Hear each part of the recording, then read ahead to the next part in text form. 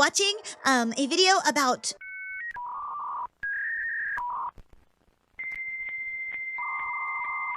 note to self, cut this out. Cut, redo.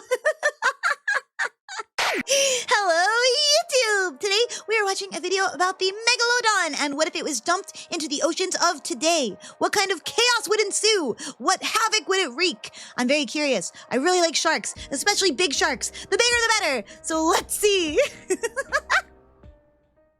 The year is today, somewhere off the coast of Baja, California. A baby shark is born into an ocean that has not seen its kind. Baby shark. Just like, you know, the song. Not today.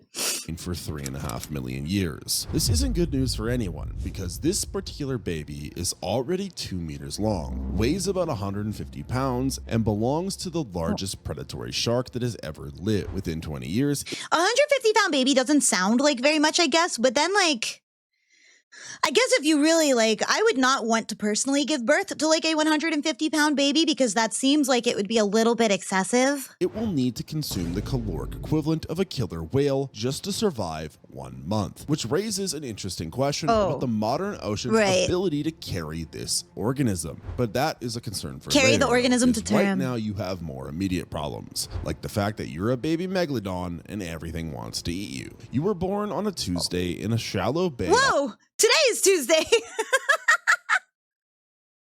I was a 30-pound baby. Wow, your mom is a trooper. Off the coast of Baja, California. Half the people here aren't even 150 pounds now. I don't think that's true. If you're, well, I don't want to pull your weight. I guess I'm not 150 pounds. Should I say that? Is that something to say?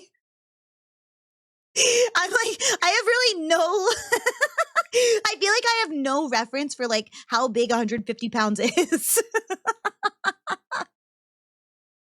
Like it's bigger than me, but like by how much? And the first thing you notice is that your mother is nowhere to be found. She hates you. You're an orphan now, which is completely normal because just like my dad, sharks don't do parenting. And honestly, that's probably for the best given what you're about. Wait. Did you guys not see that apparently sharks actually do sort of like team up and raise the babies together?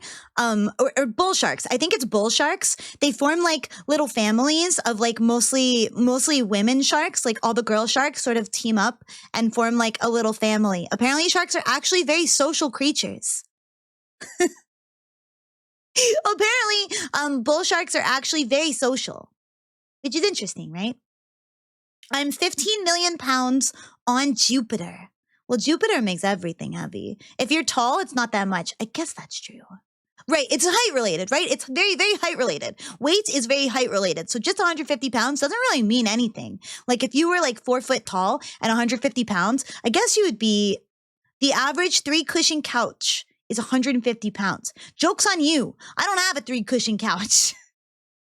To become. You're already 2 meters long, which is roughly the size of a full-grown human, and you weigh about 150 pounds. As a baby. So you didn't exactly have a gentle entry into the world. The water here is warm, hovering around 24 degrees Celsius, and while that might sound impressive, it's actually warmer 24 than it Celsius. should be for this latitude. So thanks, climate change. This is the one and only time that you're going to be benefiting from human activity. Back when your species was thriving, I'm not like lifting up my stove and my oven very often. You know what I mean? About 3.5 million years ago, nurseries were scattered around places like Panama, the Canary Islands, and what's now Maryland. All of them shallow bays. Maryland? Who the hell pronounces it Maryland? Does anyone actually say it like that? It's like Maryland, right? Maryland? Is that like... We're using the silly numbers, Celsius. What's 24 degrees Celsius in American? I don't even know. I know it's above freezing. It's above freezing. water and tons of food. And this bay off Baja fits that description pretty well, except for one critical difference, which is that the Miocene Ocean was consistently warm across huge areas, whereas now you're in a thin strip of acceptable water surrounded by temperatures that would slow you 75 down to the degrees? 75 degrees Fahrenheit? That's great. That's like pool. That's like heated pool level. If I was a shark, I would also want to live in a heated pool rather than like the freezing cold ocean. You would mostly be useless. But you don't know that yet because you're about 6 minutes old and your main concern is the fact that you're extremely hungry, which is a problem that you're gonna have for the rest of your life. So you might as well never-ending hunger. Your first meal is a grouper that weighs about 30 pounds and you eat it in 2 bites, which feels efficient until you realize that you're still hungry because your metabolism is designed for an ocean that... This is like, you guys ever read the book, The Very Hungry Caterpillar? You guys ever read The Very Hungry Caterpillar? It's giving that. It's giving The Very Hungry Caterpillar. No longer exists. So you spend the next few hours cruising the shallows looking for anything big enough to be worth the effort. Eventually you find a 4-foot shark. It's some kind of reef shark that was minding its own business until you showed up. And you eat it whole because you can, and because in evolutionary terms, eating a shark on your first day is what professionals call a power move. The other sharks in the area get the message pretty quickly and start avoiding you, which is smart on their part, but also means you're running out of easy targets faster than you would like. On day 3, you spot something new. There's a pod of black and white shapes moving through deeper water just outside the bay. And your genetics tell you that these are probably food because they're big and they're mammals. But your genetics are about 3 million years out of date, so they don't tell you that these particular mammals are orcas. And that orcas very much... Aren't orcas evil? Aren't orcas like super evil, right? Do you know the rainbow fish children's book sometimes make children have night terrors like pretty commonly? Really? I used to love the rainbow fish, the book. I wanted to steal all of its scales and staple them to my skin. I wanted to take all of the rainbow fish's scales for myself. Right, like orcas don't choose to kill us, but I guess they recognize us as like fellow evil and cruel creatures that also love to torture living organisms. I know they're like super evil to seals and stuff. They're just mischievous little guys. I don't know if I'd call them little. Did not exist the last time a Megalodon was swimming around. But I do like orcas. Also don't I think they're very pretty. Orcas hunt young sharks specifically for the liver, which they consider in their culture a delicacy. And at your current size, you are not a predator to them. You're on the menu. One of them peels off from the pod and starts heading your way. And this is the moment where you learn a valuable lesson about the modern ocean, which is that intelligence beats size when you're alone and bite-sized. The orca is about 7 meters long. Does intelligence beat size normally? I think so, right? What is it? It's very like what is it? Odysseus beating the giant Cyclops or whatever, that kind of story where it's like the little guy always wins against like the big dumb giant. That's me. I'm a little guy and you guys are all big dumb giants. Which means it's bigger than you, and it's moving with the kind of confidence that suggests it's done this countless times before. So you do the only logical thing and retreat into the murky shallows where the bottom is too close for comfort and the water is too cloudy for them to hunt effectively. The orca stops at the edge of the shallows, makes a few clicks that you can feel in your entire body, and then leaves. Here's the thing about being a juvenile megalodon in the modern ocean. Back in the Miocene, your biggest threat was other megalodons, specifically adults who wouldn't hesitate to eat you if they were hungry enough, which is just standard shark behavior and at least had the decency to be straightforward. Now your biggest threat is a highly intelligent social mammal that hunts in coordinated packs, has cultural knowledge passed down through generations, is apparently decided that shark liver is worth the effort. Is that true? I guess orcas are really smart, right?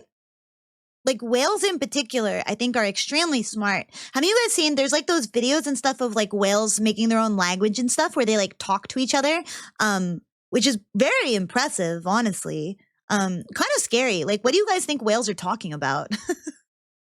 I guess like the benefits of shark livers. Is a new threat. You spend the next 5 years in and around that bay, growing about a meter per year, which sounds fast until you realize you need to get to 15 meters before you are really safe from anything. And 5 meters per year means you've got a decade of being nervous every single time you leave the shallows. And your diet expands as you grow. Sea lions when you can catch them, small dolphins if they're stupid enough to wander close, and large tuna that you actually have to chase, which is annoying. Foxes and killer whales will be the first animals to attempt to overthrow humanity. True. I feel like orcas are evil enough to manage it. I feel like an orca, if they didn't require water, I feel like orcas would be the dominant species on planet Earth by this point. Because your body is designed for short ambush bursts, not extended pursuits. The problem you keep running into is that the modern ocean has about 70% less large prey than the Miocene ocean did, which is a nice way of saying the buffet your DNA expects simply isn't there. That restaurant has been closed for a long because everyone learned that you can evolve and climb out of the ocean. Time. If you'd been born 3 million years ago, this bay would have been surrounded by small baleen whales, the 5 to 10 meter variety that were slow, plentiful, and full of enough blubber to keep you full for weeks. Now you've got sea lions, which are fine, but they're not whales, and the occasional dolphin, which again is fine, but not enough whales. blubber. And a lot of fish. We don't have enough blubber. Orcas like humans. They think we're cute based on studies. Aw, I'm glad. I think they're cute too, even if they're evil. That you're frankly too big to be bothering with, but you eat them anyway because the alternative is starving. You are burning through more energy than your ancestors did just trying to find enough food to maintain your growth rate. And you're starting to understand why your species went extinct, which is a weird thing to understand when you're a 5-year-old shark, but here we are at 5 meters long. I guess that tracks, right? That makes sense. Stuff doesn't grow as big as it used to. So if you drop like an ancient shark that needs really large things to eat in an ocean of small things, they're not going to survive very long. Or they're going to eat the entire ecosystem, right? Is that where this is going? You're too big for the bay now. You keep scraping your belly on the sand, and the prey that is still there has learned to avoid you. And there's a pod of orcas that's been hanging around the entrance for the past week like they're waiting for you to make a mistake. So you make a decision, which is it's the amount of oxygen in the air, not necessarily the amount of food. I mean, I think it's a mix of both, right? Because if this guy is correct and the shark needs a ton of food to eat, it's going to run out of food really quickly, especially, because all the stuff is going to start avoiding it and it won't be able to get as much food. But also oxygen, but sharks don't need that. They need the oxygen in the water. We have to pretend that part isn't we have to pretend that part doesn't matter. That you're going to leave and head into the open ocean. Because staying here means slowly starving, and leaving means possibly getting killed by orcas. But at least the second option has better odds. Oh, right, yeah. The higher concentration of oxygen. Isn't that also why like stuff like spiders can't grow as big as they used to be and stuff? Like stuff can't get as big as it used to. Yeah, because oxygen is less. There's less oxygen. So people are smaller. So you wait until night when the orcas imagine are how less big we active, could be. You slip out of the bay into water that's deeper and colder than anything you've experienced. The first thing you notice is that the ocean is emptier than it should be. Your genetics are telling you that there should be whales everywhere, but there aren't. And that is going to be quite a big problem. 2 years go by and the open ocean teaches you things your genetics didn't prepare you for, which is basically everything because evolution doesn't account for the giantess snoo is real. We need to concentrate the air, stat. Entire planet cooling down and most of your food going extinct. You're 10 meters long now, which is big enough that most things leave you alone, and the ones that don't are either confused or want to end their own lives. But there's still this nagging problem where you need to eat roughly 98,000 calories a day. The ocean keeps failing to provide them. So when you spot a gray whale mother and her calf migrating north along the coast, you don't hesitate. Because this is what you were built for, and also because you haven't eaten anything substantial in 3 weeks. The calf is 8 meters long, which sounds big until you remember that you're 10 meters and equipped with the jaws that can bite through a car. The mother is 15 meters, which sounds like a problem. So you remember that you're not trying to fight the mother. You're trying to eat her baby before she notices. How sweet of you. So you come up from below, which is standard ambush protocol, and you get one clean bite into the calf's flank, tearing out roughly 2 200 pounds of meat and blubber in a single go, and the blood in the water is immediate. The calf tries to swim, which is pretty optimistic of it considering it just lost a chunk of its body the size of the refrigerator, and the mother starts ramming you, which is understandable, but also ineffective because you've already backed off and you're just waiting now. It takes about 40 minutes for the calf to die from blood loss, and during that time, the mother stays with it, making sounds that you can feel in your teeth. And this is the part where you'd feel something if you were capable of feeling things, but you were a shark, so instead you just wait for her to leave and then you feed for the next 6 hours. One whale calf equals roughly 60 days of calories. The mom which means should you can kill the coast for shark. 2 I'm not on the months shark this side anymore. single kill, and that's the most efficient math you've encountered since leaving the bay. It is a strong strategy. 3 months later, you run into your first great white shark, and the interaction lasts about 8 seconds, which is how long it takes for the great white to see you, process that you're twice its length, and then leave the area completely. This is interesting for a couple reasons. The first being that great white sharks basically didn't exist when your species was around. The second being that they might have evolved specifically to fill the gap that you left when you went extinct, which means in a weird way, this great white is only here because your species died out, and now you're back, so that's kind of awkward. The great white Right. I guess a megalodon would kill a great white shark in like a battle because they were bigger. I'd go for the mother while she's distracted. No way. She would win that fight. She's bigger. That's why it had to go for the baby. It's a coward. It can't attack the mother, or I guess it's kind of smart because it would lose that fight. Well, I don't know. I feel like a shark could probably defeat a whale that was like even 5 meters bigger than it, right? Because it has sharp teeth, and I feel like whales are like they don't have sharp teeth, so maybe they would lose. Are the teeth the only thing that matters to beat a whale in a fight? Who knows? Was hunting seals near an island, and now you're hunting seals near an island, and the great white is somewhere else entirely, probably having an identity crisis. You eat 6 seals in 2 days, which barely moves the needle on your calorie requirements, but at least it's something. And you start to notice a pattern, which is that wherever you go, other predators leave. Orcas change their routes, sharks abandon hunting groups. You're reshaping the behavior of every large... Sorry.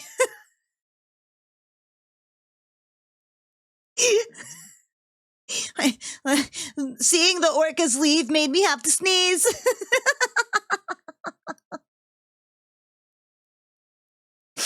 large animal in your range. Fuck this shit, I'm out. Which would be impressive if it also wasn't evidence that the ecosystem has no idea what to do with you. You do not belong in this lost world. So you start moving north, following I'm allergic to orcas routes because whales migrate and you need to eat whales. So the math is simple. But the whales are heading into the Bering Sea, which is cold, too cold, and your body starts slowing down around 12 degrees Celsius. So sharks hate cold, right? Like they freeze up and they don't move whenever it gets cold. Is that thing real? Is that fact real? Have you guys ever heard that like if a shark stops moving, it will die? Is that true? Because I always thought that, and I kind of describe myself as a shark sometimes because if I ever stop moving and I slow down and I stop talking and my brain basically slows down and starts to die. So I like to describe myself as a shark sometimes, but I've never like looked up if that's true. I think I just heard that as a fact once and took it as the absolute truth. Most sharks are solo hunters and whales travel in massive packs. I guess it's like a protection method, right? Yeah, the whales, they all love to travel together. Only 20 out of hundreds. True facts, true facts. You stop at around 40 degrees north latitude and just wait for them to come back south. This is a problem your ancestors never had, because back in the Miocene, the ocean was warm everywhere. And I really would love if the ocean was warm everywhere. But I think the world would have been trouble. The world would have some trouble if that was true. If you have ADHD, having no thoughts is impossible. That is true. That is true. Some sharks have gills that don't pump, so they need to move forward to cycle oxygen through them. Yeah, that's me. That's me. I'm a shark that my gills don't pump, and I have to keep moving. You can factory reset them by rotating them. Oh, I love shark rotating. I love to rotate a shark. The great white shark is like that. Oh, I see. I'm the king of the sharks. I'm a great white shark. That's my true spirit animal. It's a great white shark. Forget foxes. We're going shark mode. Whales didn't have polar refugees where they could hide from you. Now they do. They feed all summer in water that you can't tolerate and then migrate back through your range for maybe 6 weeks out of the year, and that's your window. The rest of the year, you're hunting whatever you can find, which today happens to be a pod of sperm whales. No! And this goes badly for everyone involved. You target one of the calves, because of course you do, and the females immediately form a circle around it with their tails facing out, which is a defensive formation that apparently whales invented sometime in the last 3 million years. Wow. You try to get through because you're hungry, and that calf is your food. What do you do if you're going after a baby and there's a whole bunch of women surrounding the baby and they all turn around and they show you their ass and they protect the baby by using their ass?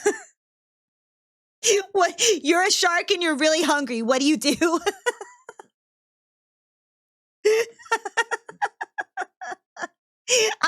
I know what I'm doing. Food, and one of the females hits you with her tail. It's not enough to seriously hurt you, but it's enough to make you reconsider whether this meal is worth getting hit by multiple whales who clearly know. Is it worth getting hit by multiple whale asses? Yes or no? What they're doing. So you leave. This will be an important decision. Here's what's becoming clear. You're hunting scared of the whale 3 to 4 ass. times more often than your ancestors did. You're traveling twice as far to find prey, and you're burning through energy like you're trying to heat a house with the windows open. Back in the Miocene, a shark your size could eat 1 medium whale every 2 months and be fine, because the ocean was warm and whales were everywhere, and you didn't have to chase them into polar water to find them. Now you're eating 1 whale every 2 months, plus seals, plus large fish, plus whatever else you can catch, and you're still operating at an energy deficit most weeks. The ocean your DNA expects is gone. What's here instead is colder, emptier, and has whales that are either too big to kill safely or smart enough to defend themselves in ways that make you rethink your life choices. You're surviving barely in an environment that this is why the whales evolved. It's strength of being in groups. It's strength of the pack, you know? Pack. Strength of the pack. has moved on without you. Your species went extinct because of this exact problem, and you are starting to see why. But you don't go extinct, at least not yet. And 15 years later, you're 17 meters long and weigh somewhere around 50 tons, which makes you the largest predatory shark in the ocean by a distance so large that it's almost unfair to other sharks. Except fairness isn't really part of the way the ocean does its business. At this size, nothing can kill you except maybe a coordinated pod of extremely motivated orcas. And even then, they would have to catch you in the right mood, which is to say distracted or injured. Because on a good day, you could bite one of them in half and the others would get the message pretty quickly. So you've been patrolling the same route for the past decade. I feel like a pack of orcas would still win, right? Well, I guess once one of them gets got and like gets chopped in half, the others all probably value their survival more than killing you. Right? I guess. I feel like if a giant shark suddenly appeared, a lot of humans would kill it. They would capture it. I think they would almost definitely kill it. Yeah. I feel like if there was like a giant shark ravaging the oceans, I think we would have to kill it. Right? Which runs from some rich dude would want to eat it. True. Moby Dick intensifies. Baja up to Northern California and back down, and then sometimes across to Hawaii depending on when the humpback whales are breeding. And this route is now essentially yours because every other large predator has learned to be somewhere else when you show up. The great white sharks that used to hunt seals off the coast have moved their operations further north into colder water where you won't follow them. And the orcas that used to own these hunting grounds now avoid you entirely after you killed 2 of them in separate incidents over the years. They learned. That's the thing about intelligent prey. They remember. The whale populations are changing too. Specifically, the mothers have started taking different migration routes to avoid areas where you've been spotted, which is a reasonable response to a 50-ton shark that's been eating their kids for 15 years. But it's also making your job harder. Shark fins also have medicinal properties. That is, they got hunted a whole bunch for that, right? Poor sharks. They make me feel bad, but then I watch this video and I stop feeling bad for them. because now you have to hunt over an even wider area to find them. You've now eaten They're very 47 destructive. gray whale calves since you reached adulthood, which sounds excessive until you remember that you need to eat roughly one large animal per month to maintain your weight, and 47 calves over 15 years is actually below that average, which means you've been supplementing with a lot of smaller prey that barely registers on your calorie needs. Here's where it gets interesting from an ecosystem perspective though. The northern Pacific gray whale population is about 20,000 individuals, and you've personally killed 47 of their calves, which is 0.23% of the population. And while that doesn't sound like much, consider that you're one shark and you're measurably impacting a species' breeding success. Back when your kind was thriving, there were probably dozens of megalodons in the Pacific alone, and there were way more whales to compensate. So the system balanced out. Now there's one of you and fewer whales, and you're taking a slice that the population can. I don't know if that necessarily balanced it out, because I feel like the balance was actually to get rid of the megalodons and let the whales keep going. Though I know whales aren't nearly as prolific as they used to be either, which is very sad. I think whales are such beautiful and intelligent creatures. I really like whales. Big fan of whales. They're just so smart. It's so interesting to me, the fact that they have their own language and can talk to each other, but we haven't interpreted it. We can't speak whale yet. Why can't we speak whale yet? I want to talk to a whale. I want to go under the ocean and make like blooping noises at them.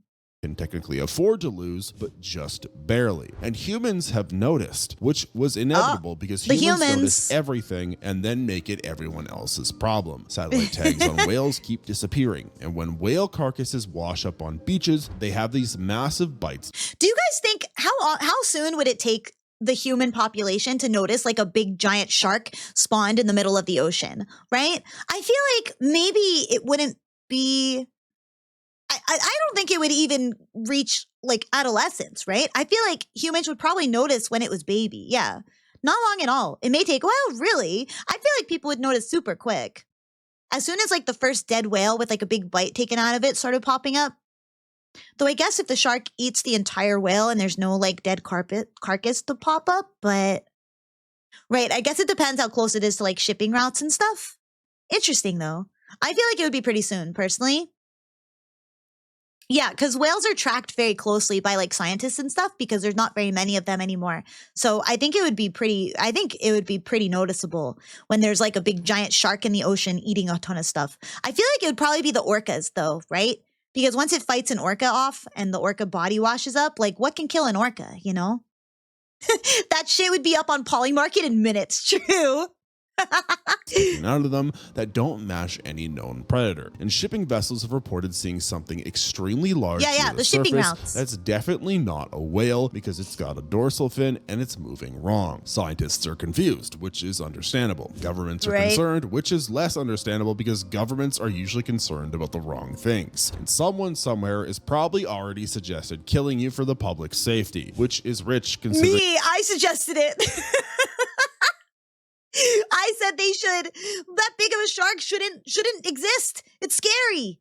Though I guess like we let the great whites live. Though I guess if something gets bigger than a great white shark is probably when people notice. Humans spent the last century hunting whales down to 10% of their original numbers, and now they're worried about one big shark. The question everyone's asking is, what do you do with a 50-ton shark that eats endangered species? Do you protect it because it's the last of its kind? Do you kill it because it's eating things we've decided are important? Or do you try to track it and study it and hope it doesn't eat anyone's boat? Well, you don't care about any of this because you're a shark and you have no concept of human laws or conservation ethics. You just know that you're hungry and there's food in the ocean, and sometimes that food has a satellite tag Shark on don't it. care. Your hunting strategy has evolved, which is a nice way of saying you've gotten more desperate and opportunistic as you've aged. You scavenge now, which you didn't do much as a younger shark, and you've learned that fishing vessels dump a lot of dead fish overboard, so you follow them sometimes and eat the bycatch, which is not dignified, but hey, it's free calories. You've also figured out that certain oceanic islands have whale— Wouldn't that be like barely anything for a shark that big? Like, wouldn't a shark that big go for the boat?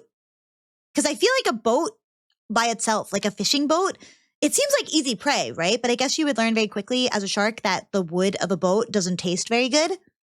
populations that congregate nearby at specific times of year. So you time your migrations around that, and you've gotten very good at ambushing whales near the surface where they're breathing, because that's when they're the most vulnerable. Last month you even killed a blue whale calf, which was the biggest prey item you've ever successfully taken. And blue whale calves are born at 7 meters long and weigh about 2 to 3 tons. So this is significant. The mother was 25 meters and there was nothing you could do about her. She's too big, too fast, and too aware. And if you tried to fight an adult blue whale, you would probably win eventually, but you'd also probably get seriously injured in the process. And an injured megalodon is a dead megalodon because you can't hunt effectively with broken bones. So you waited until the calf was separated during a deep dive, you came up from below, and you got one bite that was enough. The mother came back and found her calf dying and stayed with it until the end.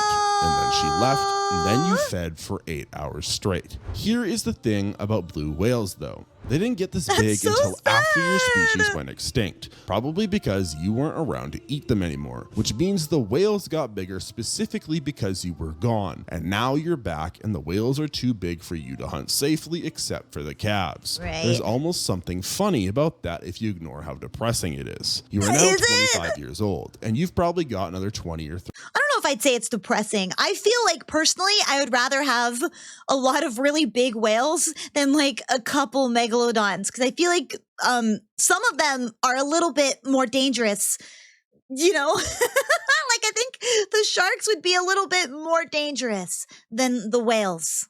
30 years left, and you've killed hundreds of large animals in that time, and you've survived in an ocean that wasn't designed for you and has no real way to support you long term except through sheer stubbornness on your part. Can one megalodon actually survive in the modern ocean? Yes, apparently. Can you thrive? Not really. The ocean's too cold, the prey's too scarce, and you burn more energy finding food than your ancestors ever had to. And you can't reproduce because you're alone. And even if you could, there's not enough food to support a population of sharks your size. So you keep swimming, you keep hunting, and keep existing in a lost world that moved on without you 3 million years ago. That's a little sad, I guess. Again. Just like your species was at the end, except this time there is no population to sustain you. You're just one shark doing laps between whale migration routes. Just one sad shark. Options. The modern ocean can support one megalodon, barely, but only if that megalodon is willing to work 3 times as hard as its ancestors did